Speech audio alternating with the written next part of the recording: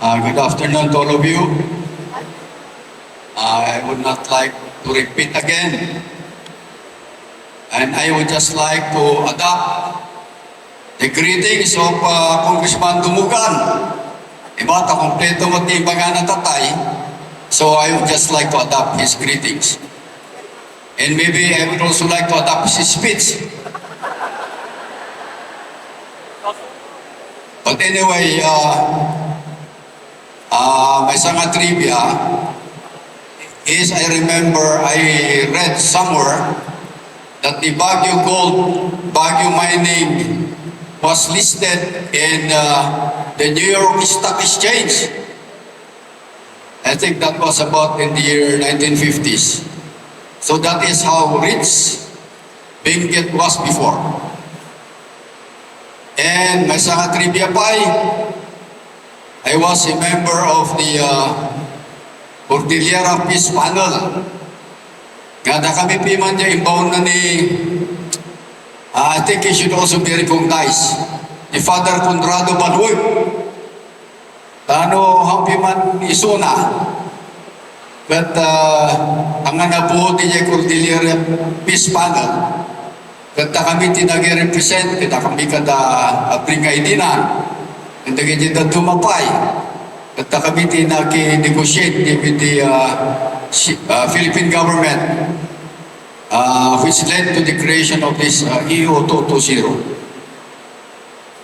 So evidently, I'm not Mayor Benji Magalong because my head is not as shiny as Governor Diclas.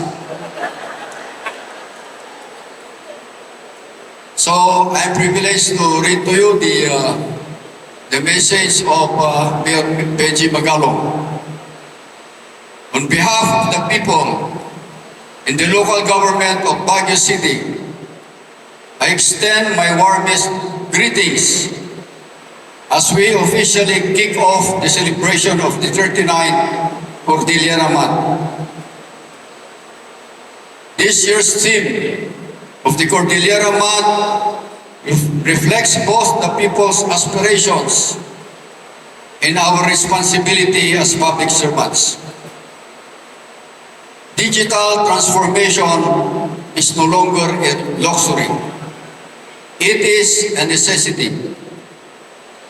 It empowers our local entrepreneurs, expands market opportunities for our farmers and artisans, improves the delivery of government services, and creates a more competitive and resilient regional economy. As the educational, commercial, and innovation hub of the Cordillera, Baguio City has witnessed how technology, when combined with transparency, good governance, citizen participation, vigilance, and compassion, can transform the way government serves its people. But technology alone is not enough. It must be guided by inclusive policies that ensure the community or sector, especially vulnerable ones and those in geographically isolated and disadvantaged areas, are left behind. This celebration also reminds us that our pursuit of greater regional autonomy remains as relevant today as ever. Genuine economy is about empowering the Cordilleran people to craft our own development, protect and preserve our heritage, responsibly manage our own natural resources, and make decisions that reflect our unique identity and aspirations. As one Cordillera, let us work together across provinces, cities, municipalities, and sectors to build the region that we envision as one people.